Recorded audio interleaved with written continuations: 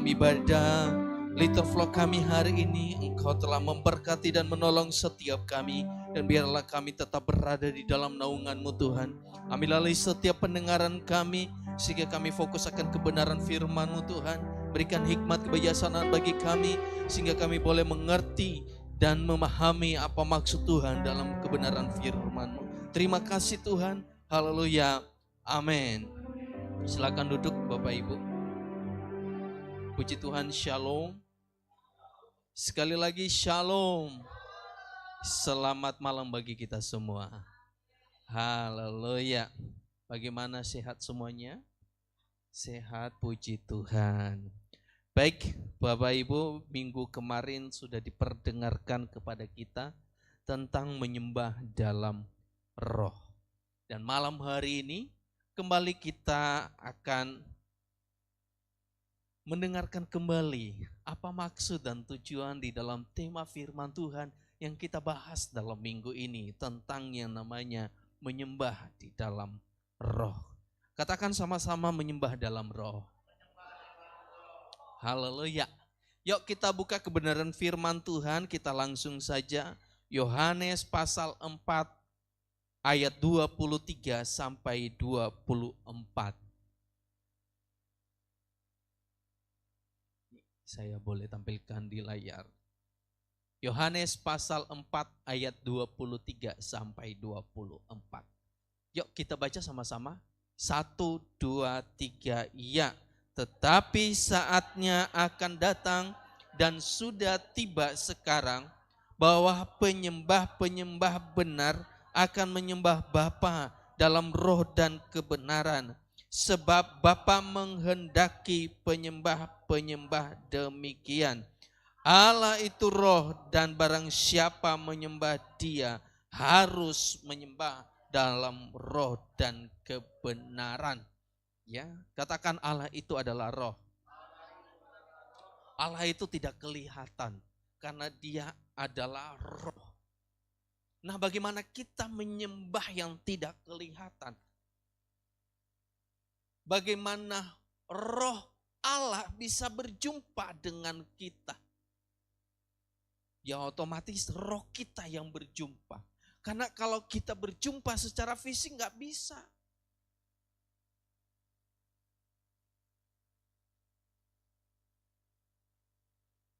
Nah, seringkali gereja terjebak dalam perdebatan tentang di mana dan bagaimana cara menyembah yang benar. Apakah di gedung gereja yang megah ada roh Allah?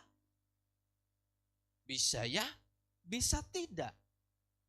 Apakah dengan musik tertentu barulah kita menyembah yang benar? Atau ritual khusus?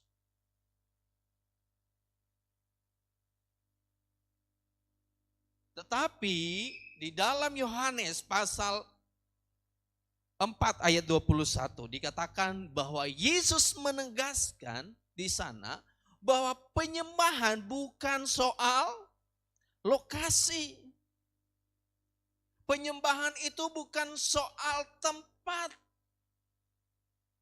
Tetapi di dalam Yohanes pasal 4 ayat 21 ketika dia berjumpa dengan perumpamaan seorang perempuan Samaria, dia menegaskan bahwa fokus penyembahan bukan pada lokasi, melainkan pada kondisi hati dan pengenalan akan Allah.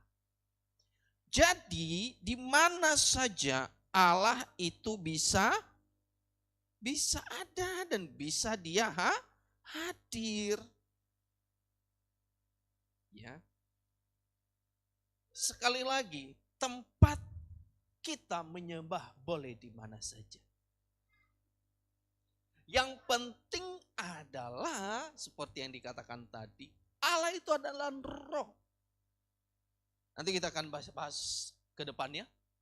Nah, menjadi pertanyaan yang paling penting bagi kita malam hari ini adalah apa artinya menyembah dalam roh?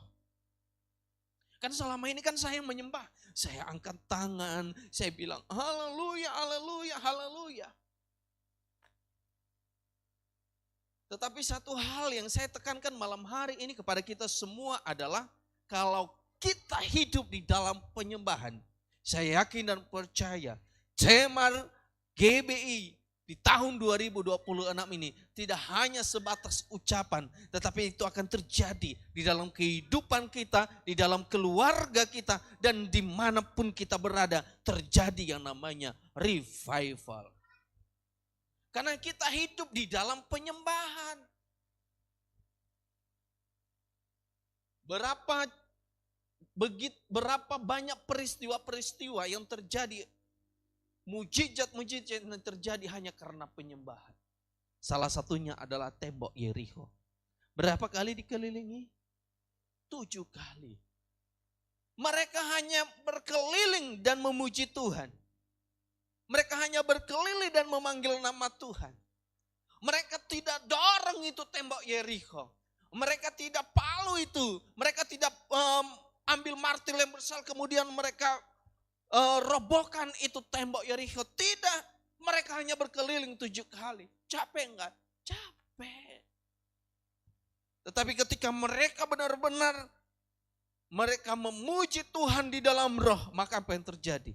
Itu tembok tanpa disentuh, itu roboh sendiri.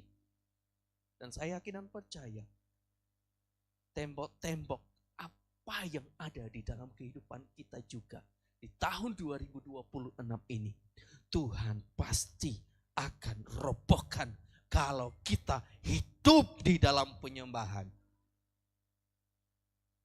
Apa artinya menyembah dalam roh? Menyembah dalam roh berarti menyembahan kita tidak lagi dibatasi oleh hal-hal yang lahiriah atau fisik. Oh, aku tidak bisa menyembah Tuhan. Kenapa? Aku lagi sakit. Tidak. Menyembah Allah itu tidak dibatasi oleh fisik. Katakan tidak dibatasi oleh fisik. Mau sakit pun bisa menyembah Allah. Amin. Jangan tunggu tua dulu. Anak-anak muda, dan jangan tunggu udah menikah dulu baru menyembah Allah. No, nanti kalau udah kakek-kakek bagaimana menyembah Allah? Udah gak bisa lagi berdiri, hanya duduk diam. Selagi masih ada kekuatan kita, selagi masih ada kesehatan yang Tuhan berikan bagi kita, mari kita menyembah Dia di dalam roh. Apa artinya menyembah dalam roh? Koneksi roh dengan roh. Koneksi. Katakan koneksi. Coba bayangkan kalau sepeda motor itu tali selang bensinnya itu lepas. Apa yang terjadi? Bisa hidup enggak itu motor? Enggak. Karena di mana ada sumber kehidupannya? Dari bensin itu. Lalu disambungkanlah selang itu. Starter hidup. Penyembahan kita tidak akan hidup kalau tidak ada koneksi roh dengan roh. Katakan roh dengan roh. Roh itu adalah roh pribadi kita dengan roh Allah. Harus ada koneksi. Ada keterikatan. Tapi ingat, kenapa kadang-kadang hambar? Sekali lagi firman Tuhan pernah mengatakan apa? Ini daging. Tubuh ini daging. Tidak selamanya roh ada di dalamnya. Bagaimana cara kita menempatkan dia. Dan daging ini. Oh, saya akan Kristen selamanya Yesus hidup di dalam ini. Tidak. Kalau kita jauh. Karena dikatakan gelap tidak bisa bersatu dengan terang. Kalau hati kita terang, Yesus hadir. Tapi kalau gelap, Yesus menjauh. Dia hanya menegur, dia hanya berbicara lewat hati nurani kita. Nah, menyembah dalam roh itu adalah koneksi roh dengan roh. Roma 8 ayat 16 dikatakan, roh itu bersaksi bersama-sama dengan roh kita bahwa kita adalah anak-anak Allah. Jadi bukan karena kehebatan dan kekuatan kita bisa dibenarkan di dalam Tuhan. Amin. Tapi karena anugerah daripada Tuhan.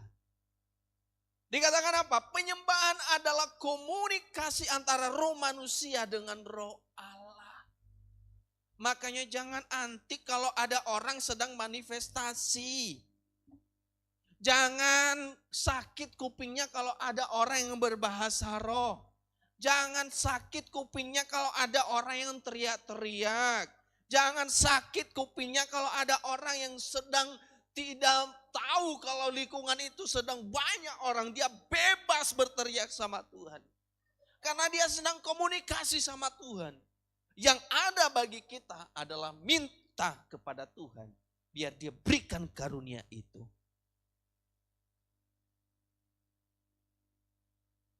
Koneksi antara roh dengan roh. Menyembah dalam roh menunjuk pada roh manusia yang telah dihidupkan kembali oleh Roh Kudus. Ini adalah koneksi batinia yang tulus antara roh kita dengan apa? Dengan Allah yang adalah roh. Kalau roh Allah itu hadir di dalam diri kita, kita buka, Tuhan aku mau menyembah Engkau. Roh Kudus hinggapi. Lalu bagaimana Roh Kudus bisa hadir di dalam hati kita? Kita buka hati kita. Kita bersihkan hati kita. Lupakan semuanya sakit hati. Lupakan semuanya dendam dan benci. Datang sama Tuhan. Saya yakin dan percaya. Dalam Matius berkata, datanglah kepadaku yang letih, lesu dan berbeban berat. Dia akan memberikan kelegaan kepadamu.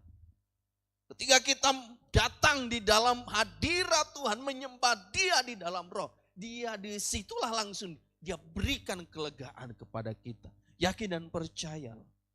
Ketika engkau berbeban berat, ketika engkau sedang masalah, seakan-akan gak ada jalan keluar, jalan sudah tertutup.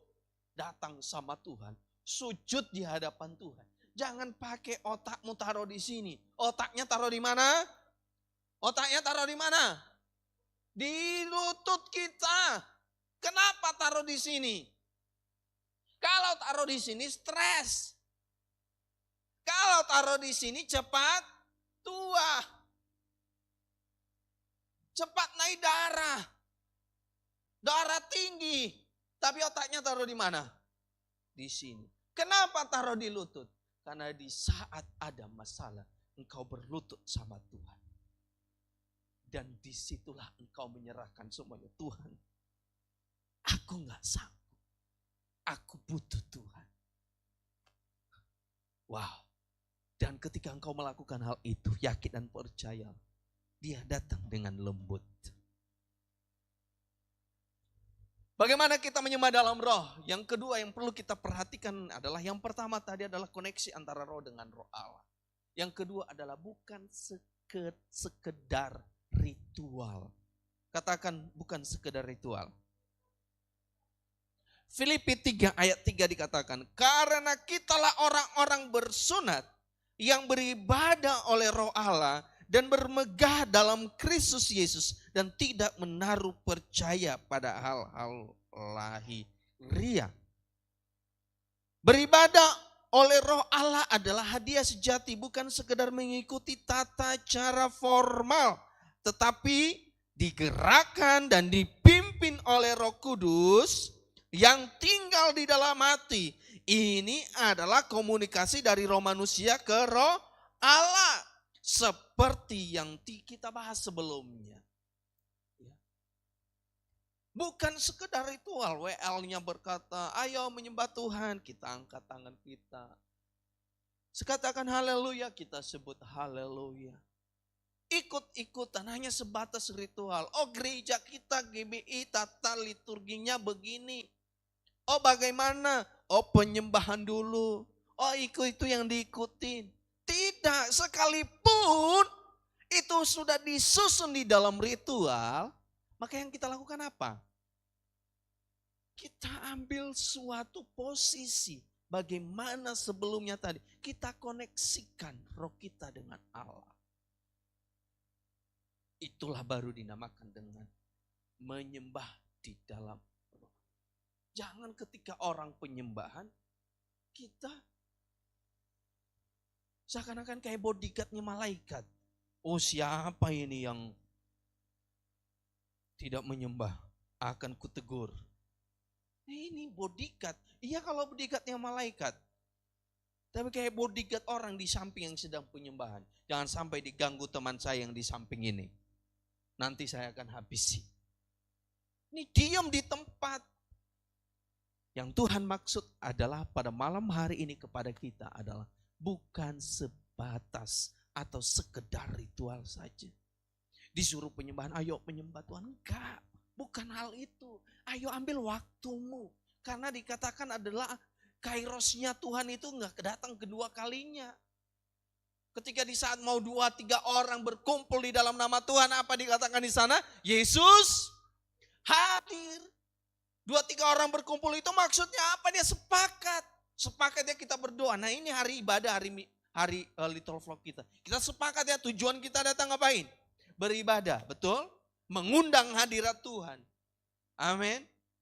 Dan dia ada di sini. Hadiratnya bukan langsung dengan secara serta-merta dia datang dari surga lalu datang ke sini. Akhir zaman. Sudah siapkah? Sudah siapkah? Masih mikir, gimana? Sudah siap. Nelly sudah siap. Kalau Yesus datang, dia benar-benar datang hari ini sudah siap. Masih belum tuh. Masih banyak yang harus saya lakukan. Haleluya. Tapi kita undang hadiratnya ada di tempat ini. Dari katakan 2-3 orang dia ada di sana. Dia dengarkan kita. Dia menikmati. Makanya di dalam Alkitab dikatakan apa? Dia bertata di atas pujian dan penyembahan kita. Wow, dahsyat. Kita koneksi dengan Tuhan. Bukan sekedar ritual. Tetapi menghidupi penyembahan itu. Dari awal saya sudah sampaikan ya, menyembah dalam Tuhan itu nggak harus ada di posisi yang kudus seperti ini. Oh harus di atas mimbar ini. Ayo semua ngumpul di sini. Enggak begitu. Di atas sepeda motormu pun, engkau sedang membawa motor. Bisa kita terkoneksi dengan Tuhan. Menyembah dia di atas motor itu. Bisa enggak? Bisa, asalkan jangan tutup mata. Oh aku sedang dilawat hadirat Tuhan. Aku tutup mata biar tidak terganggu oleh yang lain. Itu namanya mencelakakan diri sendiri. Tiba-tiba tabrak. Ditanya polisi, kenapa kamu ditabrak? Aku sedang penyembahan terkoneksi dengan Tuhan. Ini orang aneh. Boleh aja, nggak perlu tutup mata kalau sedang koneksi dengan Tuhan. Ya. Di tempat pekerjaan kita sedang dimarahin sama bos kita, sama pemimpin kita. Ayo, hati kita menyembah sama Tuhan. Berikan aku kekuatan roh. Dan saya yakin, kalau hidup kita menghidupi yang namanya penyembahan, maka revival itu akan terjadi dalam kehidupan kita. Sekali lagi, bukan sekedar ritual. Tinggalkan ritual itu. Tapi hidupi. Tinggalkan sebagai hanya liturgika saja. Tetapi hidupin. Katakan hidupi. Hidupi penyembahan itu.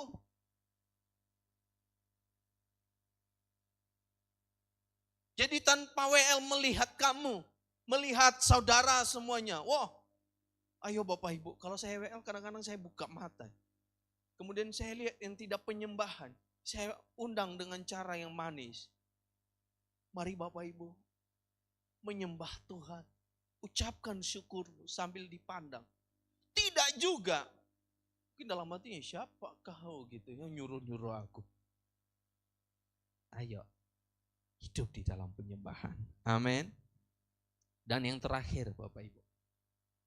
Ketulusan hati. Katakan ketulusan hati. Menyembah dalam roh itu adalah hidup di dalam ketulusan. Mazmur 51 ayat 19. Korban sembelihan kepada Allah ialah jiwa yang hancur. Hati yang patah dan remuk. Tidak akan kupandang hina ya Allah. Ini tulisannya tulisan Daud.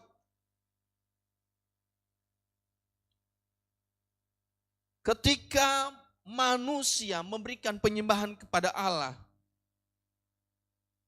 Terkadang pada zaman dahulu ketika Daud menuliskan ini. Dia melihat orang-orang yang memberikan korban persembahan kepada Tuhan hanya sebagai formalitas saja. Aku memberikan korban penghapus dosa, aku memberikan korban ucapan syukur. Dia berikan kambing dombanya. Itu hanya sebatas formalitas. Tetapi yang Tuhan maksud di sini kepada kita adalah kita memberikan penyembahan itu dengan hati yang tulus. Amin. Dikatakan adalah jiwa yang hancur dan hati yang remuk. Jangan tunggu dulu engkau disakitin orang baru datang menyembah. Kok firman Tuhannya berkata, jiwa yang hancur, hati yang remuk. Oh, saya belum disakiti oleh tetangga saya. Oh, saya belum disakitin oleh teman saya. Ngapain saya harus menyembah? Bukan itu maksudnya. Ya, kita datang sama Tuhan benar-benar hati yang tulus, benar-benar haus. Tuhan, aku tidak bisa hidup tanpa Engkau. Kalau ada hidup yang seperti itu luar biasa. Ya, hati yang hancur dan remuk. Bagaimana kalau kita disakitin oleh orang lain? Pengen apa? Oh, Tuhan sakit kali. Nah, ini sama Tuhan. Menyembah dia seperti itu. Tuhan, kalau Engkau tidak datang, aku tidak bisa hidup. Aku tidak bisa ngapa-ngapain. Ini yang dinamakan adalah hati yang hancur. Hati yang remuk. Datang sama Tuhan. Tuhan, benar-benar dia mencari Tuhan. Haleluya. Katakan kiri kananmu, apakah hatimu hancur hari ini? Ketika datang sama Tuhan dan ketulusan hati, ingat Allah tidak memandang jangan pikirkan, wah aku nggak bisa, aku nggak layak. Tapi kalau hari-hari juga berdosa terus, hari-hari melakukan kejahatan terus, apa yang terjadi? Tuhan juga bilang begini, semalam baru minta bertobat, berbuat lagi. Semalam lagi baru mencuri ayam. Lalu hari ini bertobat. Belum. Beberapa menit, beberapa jam. Udah melakukan lagi. Itu namanya mempermainkan Tuhan. Dan ingat, Tuhan itu bukan Tuhan yang benar-benar, kasih pengampunan. Sekali lagi, Tuhan itu benci kepada dosa. Tetapi dia sayang kepada orang pendosa. Kalau kita datang dengan sungguh-sungguh. Dikatakan, Allah jauh lebih menghargai apa? Kejujuran dan kerendahan hati daripada sekedar persembahan jasmani atau ritual keagamaan yang megah. Saya sering menonton, karena semalam kita sudah merayakan Paskah Oikumene dan artisnya adalah Mongol Stres. Siapa nama lengkapnya kemarin? Roni Immanuel. Tapi tak kenapa pula namanya Roni Stres. Sebenarnya ada ceritanya itu kenapa namanya begitu. Tapi ketika saya menonton, dia selalu ada stand up-nya yang lucu, tetapi itu bagus. Tentang kerendahan hati. Kalau rendah hati katanya apa? Lama matinya. Kenapa lama matinya? Seperti yang disampaikan semalam ya. Kalau orang sombong lihatnya kemana? Ke atas. Yang pertama kalau ada jurang bisa terjerumus. Dead. Mati. Tapi kalau orang rendah hati kan nunduknya ke bawah. Dia lihat jurang, dia lewat. Yang paling sadisnya katanya ada malaikat maut. Kalau ke atas dia nggak bisa melihat. Ada malaikat maut di samping, langsung ditangkap. Cepat matinya katanya. Tapi kadang-kadang orang yang rendah hati memang betul lama matinya. Dia lihat, ada sepatunya malaikat maut. Dia minggir supaya nggak ketangkap sama malaikat maut. Jadi enak kalau orang rendah hati. Saya diberkati dengan kata-kata itu. Karena siapa sih yang mau cepat mati? Ada yang mau cepat mati di sini? Semuanya pengennya rendah hati, amin. Nggak ada yang bisa kita sombongkan di dunia ini. Amin. Kepintaran kita, kehebatan kita yang bisa kita perbuat. Orang puji kita, kamu begini, kamu begini, kamu begini. Segala macam pujian dari A sampai Z. Ingat Bapak Ibu, kalau manusia yang muji, bisa suatu ketika nanti dia akan menjatuhkan engkau. Saya sudah pernah mengalaminya. Saya 7 tahun diangkat-angkat.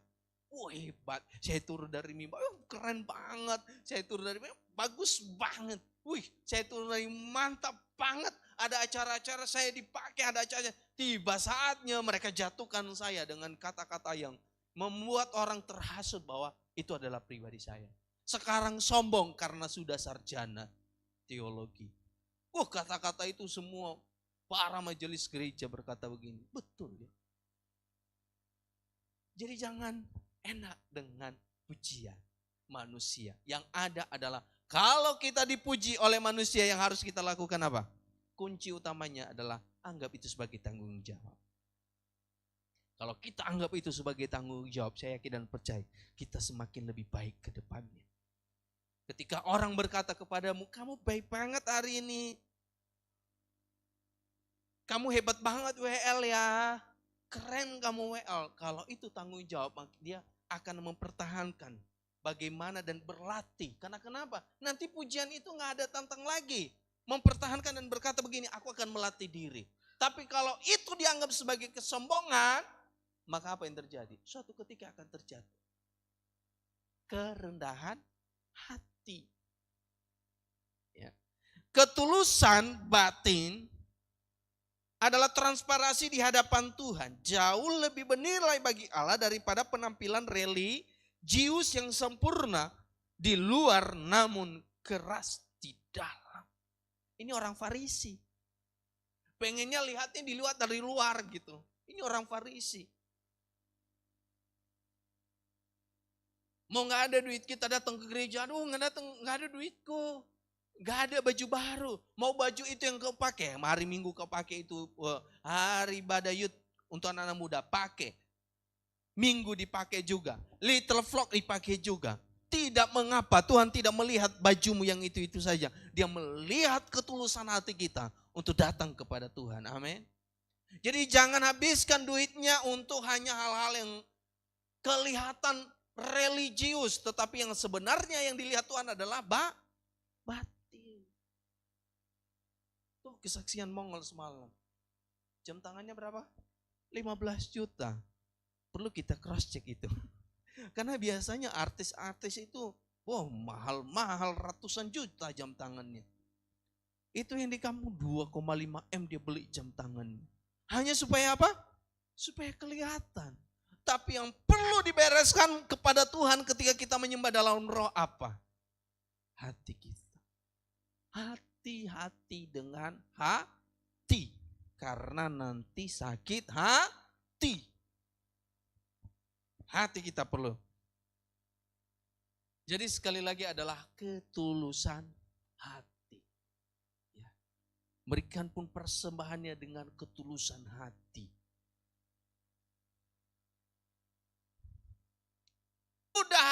Budak apa? Budak dosa. Budak apa? Budak orang sekeliling kita. Budak apa? Budak hati kita. Karena kita sudah dimerdekakan oleh Tuhan. Oleh roh Allah. Tapi bagaimana kita merdeka itu apa sih artinya? Bebas. Saya bebas. Tapi bukan seperti orang pastori. Bagaimana Nelis? Tahan handphone itu saya pernah tanya sama Nelis. Nels, aturan handphone di pastori itu jam 11:30 sekarang. Dulu jam 11. Nih, jam 11:30 itu menyiksa enggak? Jawabannya sama saya, enggak kok paman.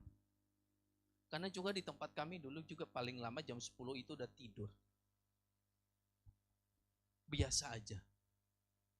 Karena kenapa? Ya apa juga yang mau di telepon malam-malam.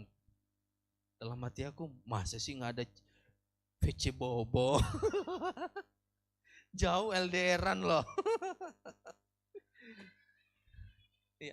Aturan yang membawa kita mungkin di pastori, gak bebas aku di pastori. Banyak kali aturannya. Gak boleh pacaran. Wah ini ada orang yang mau pacaran. Ditanya sama Pak Pendeta. Boleh enggak?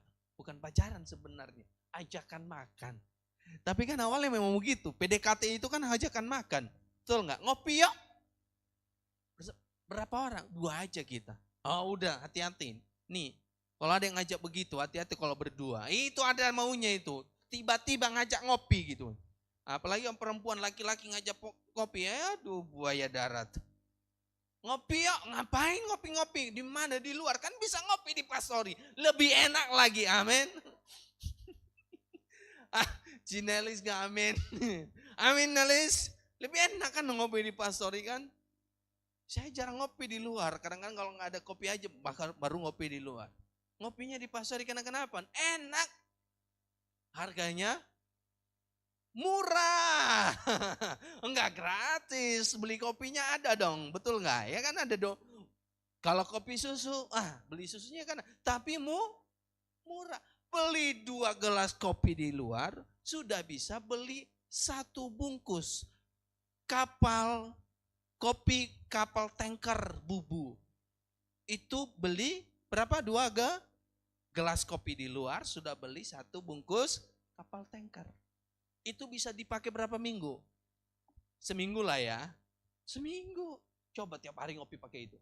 Beli 1 kaleng susu seharga dengan 1 gelas kopi susu di luar. Beli buat kopi susu di murah kan? Makanya lebih enak. Jadi kalau ada yang ngajak di luar, kalau kami di sini, kalau ada yang ngajak kamu di luar, kami serombongan ikut. Nggak boleh sendiri, harus ikut semuanya. Ini mikir nih laki nih. Yang aku ajak cuma 1 orang, ini uang dompet juga pas-pasan. Mau ngajak semua habis duit. Nah ingat, kata Mongol semalam, ini untuk anak-anak muda ini. Lebih baik memperbanyak isi dompet. Itu katanya, karena dia kan memang entertainment kan gitu kan. Eksis di mana-mana. Sekali tampil katanya puluhan juta. Coba aku tampil di sini 1 jam aja pun nggak nyampe jutaan. Setengah jam 30 juta. Kita 45 menit. Enggak nyampe 500.000. Enggak ada pun. Terima kasih saja. Itu enggak masalah. Yang penting apa dikatakan tadi? Kita datang dengan tulus hati. Dan dikatakan adalah karena hakikatnya. Kenapa Allah mencari? Karena itu adalah maunya Tuhan. Kerinduan Bapa. Mazmur 147 ayat 11. Apa dikatakan? Tuhan senang kepada orang-orang yang takut akan Dia, kepada orang-orang yang berharap akan kasih setianya. Kita datang kepada Tuhan, bukti kita taat sama Tuhan. Katakan taat. Orang yang menyembah kepada Tuhan itu bukti taat. Karena Tuhan yang suruh. Amin. Tuhan yang mau. Dalam Alkitabnya dikatakan, kalau boleh saja aku jadikan batu ini bisa berteriak. Dia menginginkan kita menyembah. Kenapa? Karena malaikat Tuhan salah satu penyembah di surga telah jatuh ke bumi. Lukas 19 ayat 40 katakannya. Jawabnya, aku berkata kepadamu, jika mereka ini diam, maka batu ini akan berteriak. Jadi kita yang segambar dan serupa dengan Allah, masa gak ada koneksi sama Tuhan? Ini maunya Bapa di surga. Bukan maunya GBI. Menyembah Tuhan itu bukan doktrinnya GBI. Bukan doktrinnya karismatik.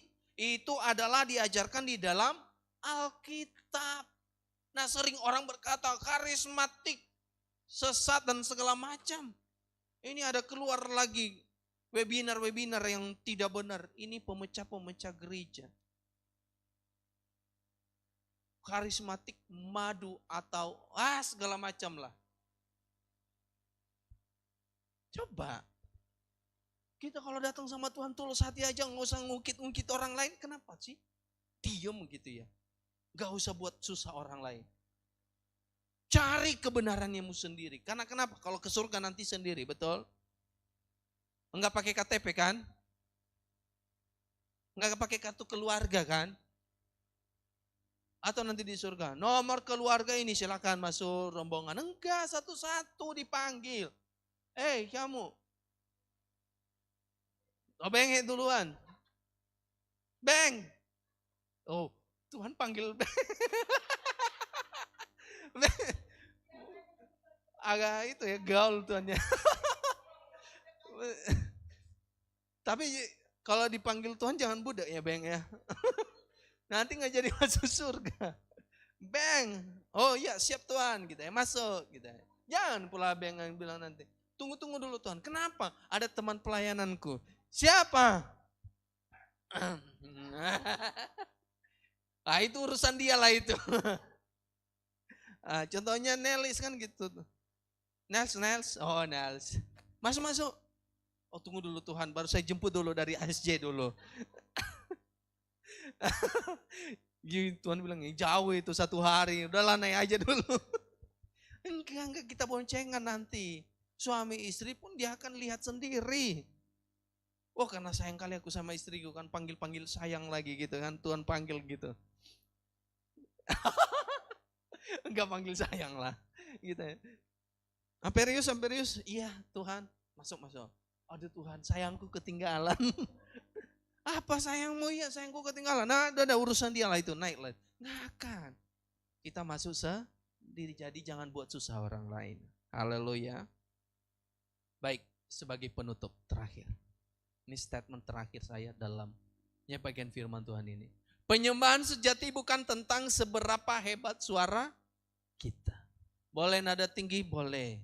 Siapa sih yang nggak boleh bagus suaranya? Semua pengen suaranya bagus. Saya pengen kalahkan artis-artis, saya mau gitu. Tetapi Tuhan tidak butuhkan itu.